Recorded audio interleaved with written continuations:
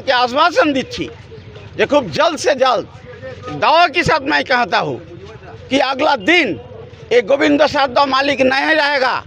आप लोग थोड़ा 2-4-5 महीने वेट कीजिए, देखिए ये मालिक ऐसे ही कोर्ट से आइन से लोग को हम लोग हटाएगा, ये ज़बरदस्ती हटाएगा नहीं, जल्द से जल्द वो टाइम आने के है।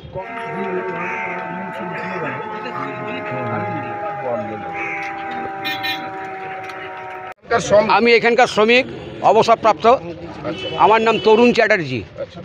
তা আমার কাছে কথা হচ্ছে, একটা মানুষের প্রাপ্তবয়স্ক থাকে, 58 বছর বয়সে রিটায়ার হয়, তো আমাদের সার্কুলারে অনুযায়ী 3 মাসের মধ্যে পয়সা পেমেন্ট করা হয়।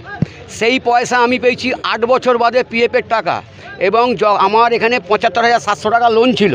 লোন ফোন কেটে আমি কোনো একটা ইউনিয়নের লোককে জিজ্ঞেস করেছিলাম আমার কত হয়েছে, বলে তোর কি লোন ছিল? হ্যাঁ। বলে তোর 2,55,000 হয়েছে। তো আমি যখন টাকাটা পেলাম দেখলাম 2,30,000। তাহলে বাকি 25,000 টাকাটা কোথায় গেল?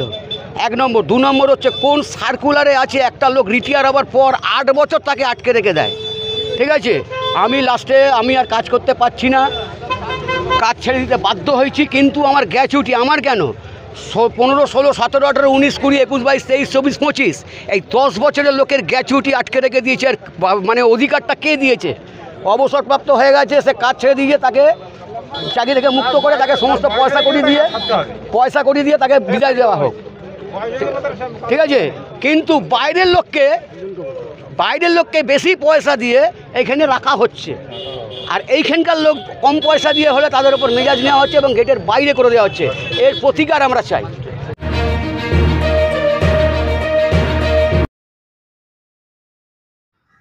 बारानगर जूट फैक्ट्री के मज़दूर जो है वो अपने मालिक यानी कि गोविंद सारदा से काफ़ी परेशान है। पहली बात तो यह है कि उनका कहना है कि ये शख्स मालिक ही नहीं है, बल्कि ये कॉन्ट्रैक्ट और लीज पर लेकर मिल चला रहा है। उनके साथ जुल्म किया जा रहा है। जुल्म ये किया जा रहा है कि जो लोग रिटायर्ड हो चुके हैं उनका ना तो पीएफ मिल रहा, ना ग्रेजुएटी फंड मिल रहा, तमाम पैसे रोक रखे गए हैं। इसलिए मज़दूर परेशान होकर हमेशा एहतजाज करते हैं। लेकिन हैरत और अफसोस की बात यह है कि आज उन्हें मिल के गेट के सामने एहतजाज करने की इजाज़त भी नहीं दी गई है, बल्कि उन्होंने जो माइक लगाया था उस माइक को भी खुलवा दिया गया है। फिर भी मीडिया से बात करते हुए कुछ मज़दूर गोविंद सारदा के जुल्म के शिकार हैं हम लोग। रिटायर्ड मजदूर का कहना है कि हमारा पैसा जल्द से जल्द वापस किया जाए। अपनी बात मालिक तक पहुंचाने के लिए हमसे बातें की। आइए क्या कुछ उन्होंने कहा, हम उन्हीं की जुबानी। বারানগর জুট মিলের সামনে আপনারা বিক্ষোভ করছেন, কি বিষয় নিয়ে করছেন? বিষয়টা হলো যে এখানে একটা শ্রমিক মঞ্চ তৈরি হয়েছে নতুন করে। সেই শ্রমিক ঐক্য মঞ্চে আজকে একটা মিটিং ডেকেছিল এখানে, এবং আমাকে ইনভাইট করেছিল যে আপনি গেটে আসুন, আপনি মিল সম্বন্ধে জানেন অনেক কিছু, আপনি যেহেতু পুরনো ওয়ার্কার এখানকার শ্রমিক। কিন্তু এখানে আমাদের মিটিং করতে প্রায় দেওয়াই হলো না, মাইক চালাতে দেওয়া হলো না। যে বিষয়ে আমরা এখানে মিটিং করতে চেয়েছি, যে মিলটা বয়স 150 বছরের পুরনো মিল, এবং আমি এখানকার পুরনো ওয়ার্কার, অবসরপ্রাপ্ত শ্রমিক, দীর্ঘদিন কাজ করেছি এখানে, 7 সালে রিটায়ার হয়েছি আমি। সেই সময় এখানে 4000 লোক কাজ করতো, শ্রমিক কাজ করতো। আজকে 2025 সালে যে মালিক চালাচ্ছে গোবিন্দ সারদা, একটু বলে রাখি, গোবিন্দ সারদা কিন্তু মূল মালিক নন। হাইকোর্ট থেকে একে মিলটা লিজ দেওয়া হয়েছে, ইনি কন্ট্রাক্টর। সুতরাং সেই জায়গায় দাঁড়িয়ে আজকে মিলের যা পরিস্থিতি, প্রায় 4000 লোক তার গ্র্যাচুইটি পায়নি, গ্র্যাচুইটি দিতে চাইছে না। পিএফও দীর্ঘদিন বন্ধ ছিল। আমরা 2-3টে ইউনিয়ন এবং এখানকার হাইকোর্টে একটা কেস চলে, সেই কেস চলার ফলে একটা 1 ম্যান কমিটির চেয়ারম্যান করে দেওয়া হয়। তিনি এই মিলটাকে ইনভেন্টরি করবেন, এখানকার রিপোর্ট দেবেন যে পিএফের অডিট কেন দেওয়া হচ্ছে না সেটা নিয়ে। তিনি হচ্ছেন ভাস্কর ভট্টাচার্য, গুজরাট হাইকোর্টের প্রাক্তন প্রধান বিচারপতি ছিলেন, তাকে হাইকোর্ট দায়িত্ব দিয়েছে। তিনি এই পিএফ নিয়ে সুপ্রিম কোর্টে একটা কেস করেছেন এবং সেই কেসে আমরাও পার্টি রয়েছি। তার ফলে বর্তমানে কিছু কিছু লোককে পিএফ দেওয়া হচ্ছে অন্যায়ভাবে। সে কিভাবে টাকা দিয়েছে সেটা কেউ জানে না, সম্পূর্ণ টাকা জমা দেয়নি। কিছু কিছু টাকা যে জমা দিয়ে তার মধ্যে দেখেন কিছু পেমেন্ট হচ্ছে মানুষের, কিন্তু এ পর্যন্ত প্রায় প্রচুর লোকের বন্ধ ছিল। মিলের আজকে যা অবস্থা, যেখানে 4000 লোক কাজ করতো আজকে সেখানে মাত্র 600 থেকে 700 লোক। 107 টনের মিল ছিল এটা, সেই মিলটায় চলছে এখন 40 টনের বেশি প্রোডাকশান হচ্ছে না। 600 থেকে 700 লোক ওয়ার্কার কাজ করছে, তারও কম। ওয়ার্কাররা এখানে আছে, প্রচুর ওয়ার্কার আছে, তারাও বলবে তাদের যে অবস্থা কী। এবং প্রায় কন্ট্রাক্ট দিয়েই বেশিরভাগ কাজ চলছে, তার মধ্যেও 200-300 কন্ট্রাক্ট লেবার আছে, বাইরের থেকে লোক নিয়ে এসে কাজ করা হয়। সুতরাং সেই জায়গায় দাঁড়িয়ে আমরা এই কথা বলতে চাই যে এই মিলের কিন্তু ওয়ার্কাররা এই মালিককে চাইছে না।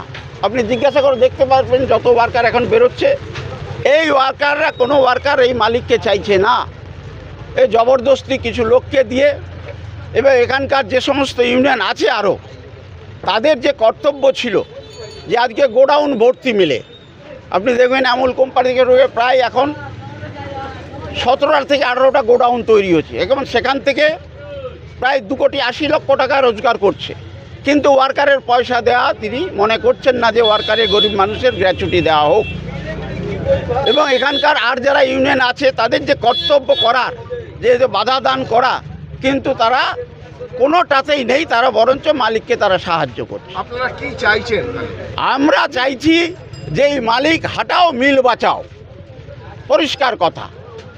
ওয়ার্কাররাও চাইছে, ওয়ার্কারের কাছ থেকে আপনি মতামত নিতে পারেন। এবং এও বলছি যে খুব এখানকার যে সমস্ত মজদুর ভাই আমরা আছেন, আমি তাদের কোম্পানির মূল মালিক কে হচ্ছে?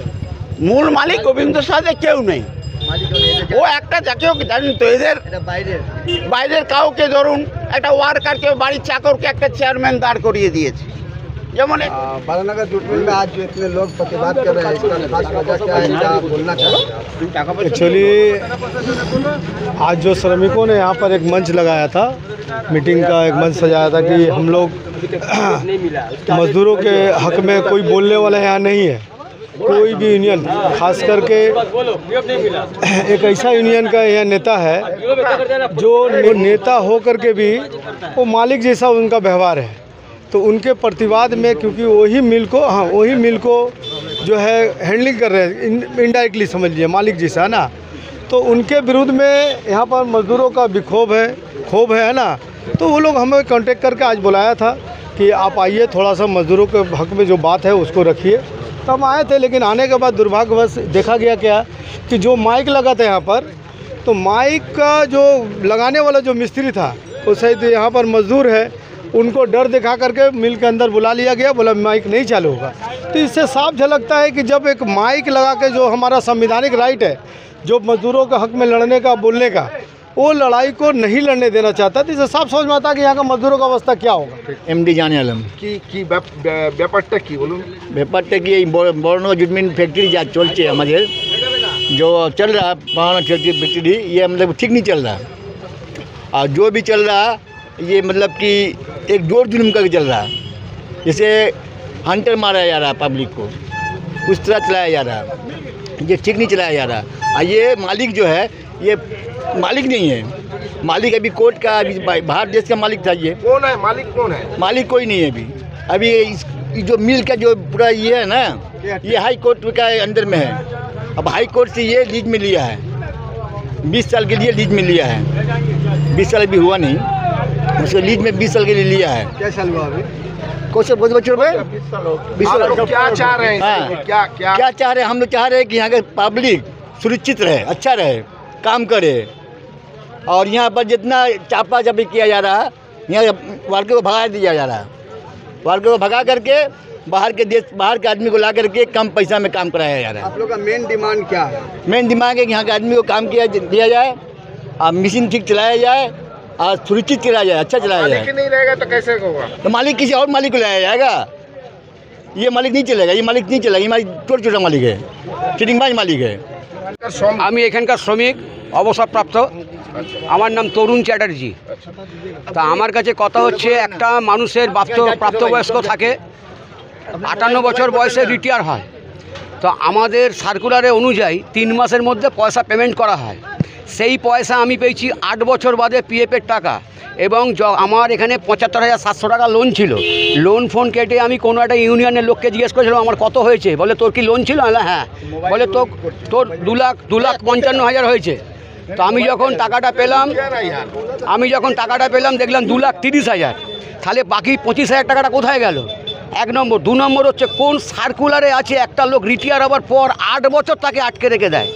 ঠিক আছে, আমি লাস্টে আমি আর কাজ করতে পারছি না, কাজ ছেড়ে দিতে বাধ্য হয়েছি। কিন্তু আমার গ্র্যাচুইটি আমার কেন 15, 16, 17, 18, 19, 20, 21, 22, 23, 24, 25 এই 10 বছরের লোকের গ্র্যাচুইটি আটকে রেখে দিয়েছে। আর মানে অধিকারটা কে দিয়েছে?